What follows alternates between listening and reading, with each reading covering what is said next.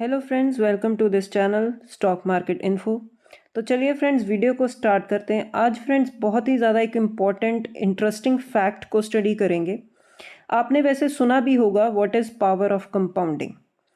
Power of compounding friends एक बहुत ही important tool होता है स्टॉक मार्केट में। जिन्होंने भी अपनी स्टॉक मार्केट में जर्नी शुरू की है, उनको अच्छा टाइम हो गया स्टॉक मार्केट में, उन्होंने अच्छा टाइम लगाया, तो उनको तो डेफिनेटली पता होगा कि power of compounding stock market में होती कैसे है। लेकिन जो बिगिनर्स हैं ना फ्रेंड्स, उनके लिए ये वीडियो बहुत ही ज़्यादा इंपॉर्टेंट होगा, क्योंकि शायद से उनको ये चीज़ का अंदाज़ा नहीं होगा कि पावर ऑफ कंपाउंडिंग होता क्या है। सबसे पहले फ्रेंड्स मैं आपको एक एग्जांपल देकर समझा देती हूँ कि कंपाउंडिंग होता क्या है। इंटरेस्ट के ऊपर इंटरेस्ट अर्न करना।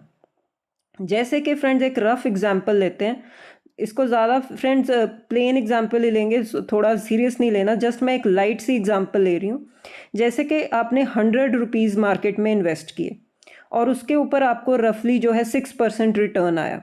तो 100 के ऊपर 6% रिटर्न आया, मतलब आपकी जो टोटल जो प्रिंसिपल अमाउंट प्लस इंटरेस्ट कितना बन गया, रिटर्न कितना बन गया, 106।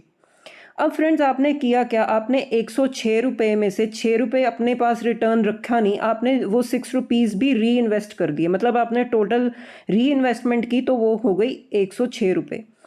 अब फ्रेंड्स अगेन 106 रुपये आपने इन्वेस्ट किए, उस पर आपको मिला 6% इंटरेस्ट। अब आपका जो टोटल अमाउंट होगी ना, वो पहले से ज़्यादा होगी, क्योंकि आपने इंटरेस्ट रिटर्न को भी दोबारा से री इन्वेस्ट कर दिया।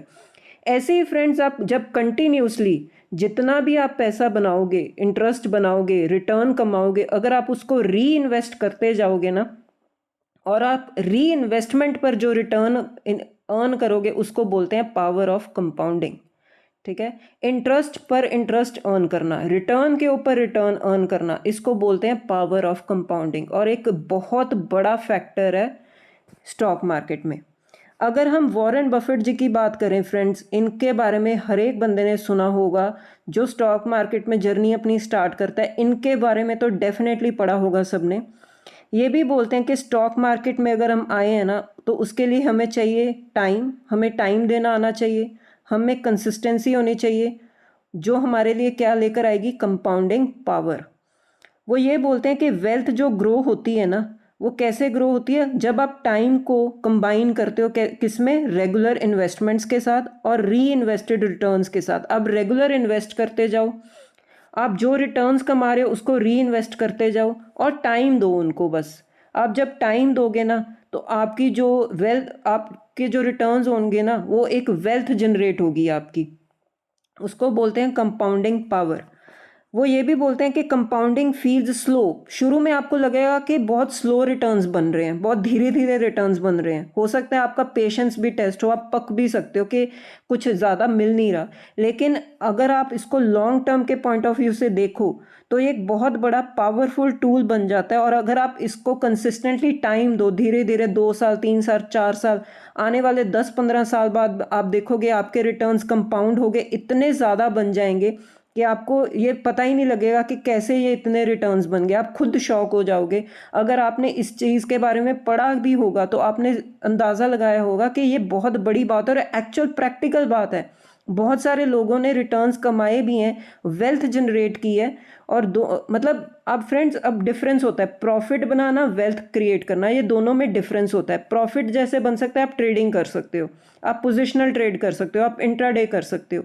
लेकिन अगर आपने वेल्थ बनानी है ना, वेल्थ के लिए आपको इन्वेस्टमेंट करनी पड़ेगी, और लॉन्ग टर्म के लिए ना पैसे को मार्केट में छोड़ना पड़ेगा, रेगुलर इन्वेस्ट करना पड़ेगा, और रेगुलर री इन्वेस्ट भी करना पड़ेगा, और टाइम देना पड़ेगा। इसके साथ क्या होगा, आपको कंपाउंडिंग की पावर मिलेगी, आपका पैसा जो है वेल्थ बना कर देगा आपको। ठीक है फ्रेंड्स। अब फ्रेंड्स इस चीज़ को हम एक एग्जाम्पल के साथ समझेंगे। मैं आपको फैक्ट के साथ बताऊंगी कि ये कैसे पॉसिबल है।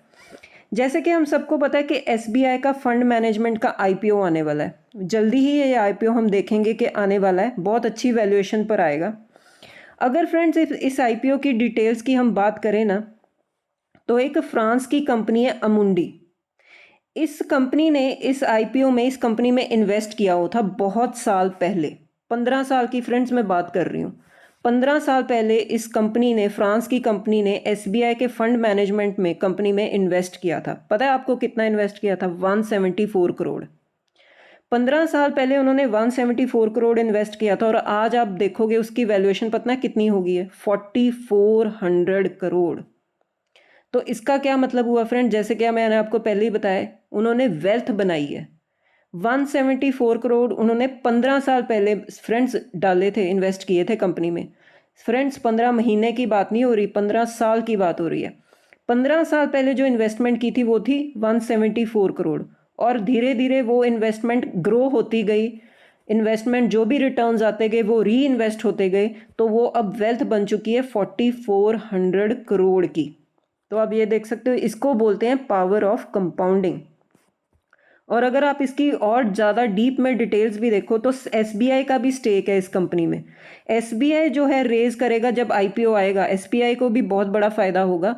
7370 करोड़ जो है एसबीआई रेज करेगा through this IPO. Complete OFS होगा, और आई होप कंप्लीट ओएफएस ही होगा। और जो फ्रांस की कंपनी है ना फ्रेंड्स, उन्होंने जो सेल किया अपना स्टेक, और वो मैंने आपको पहले ही बताया 4330 करोड़ वो रेज करेंगे। तो इसको बोलते हैं फ्रेंड्स पावर ऑफ कंपाउंडिंग, कि वेल्थ उन्होंने 15 साल पहले जितना पैसा डाला वो आज ग्रो होकर इतना बन चुका है। ठीक है ना। तो ये स्टॉक मार्केट में पॉसिबल है फ्रेंड्स, ये कोई हम ऐसे स्टोरीज नहीं सुन रहे जो बनाई हुई हैं, जो कुक की हुई हैं स्टोरीज। ये फैक्ट है, जो एक कंपनी ने पैसा डाला और 15 साल तक छोड़ दिया और आज जो पैसा इतना ग्रो हो चुका है। तो ठीक है फ्रेंड्स, अब सेकंड एग्जांपल की बात करेंगे। जियो का आईपीओ आने वाला है। हम सबको पता है कि जियो बहुत बड़ी कंपनी है, डीआरएचपी कंपनी ने फाइल कर दिया है। आने वाले टाइम में हम देखेंगे कि आईपीओ आ जाएगा, डिटेल्स आ जाएंगी। और फ्रेंड्स बहुत बड़ी वैल्यूएशन पर आईपीओ आ रहा है। एयरटेल के कंपैरेटिवली जो एयरटेल की वैल्यूएशन है सेम वैल्यूएशन पर है, 12 लाख 13 लाख करोड़ की वैल्यूएशन होगी कंपनी की। तो अगर आप जियो की भी एग्जांपल मैं आपको बता दूं, एक HFCL फ्रेंड्स कंपनी है, उनके जो फाउंडर है ना, HFCL प्रमोटर हैं जो महेंद्र नहाता, इन्होंने फ्रेंड्स जियो में इन्वेस्ट किया था। जब जियो मतलब आई थिंक 2020 में इन्होंने इन्वेस्ट किया था।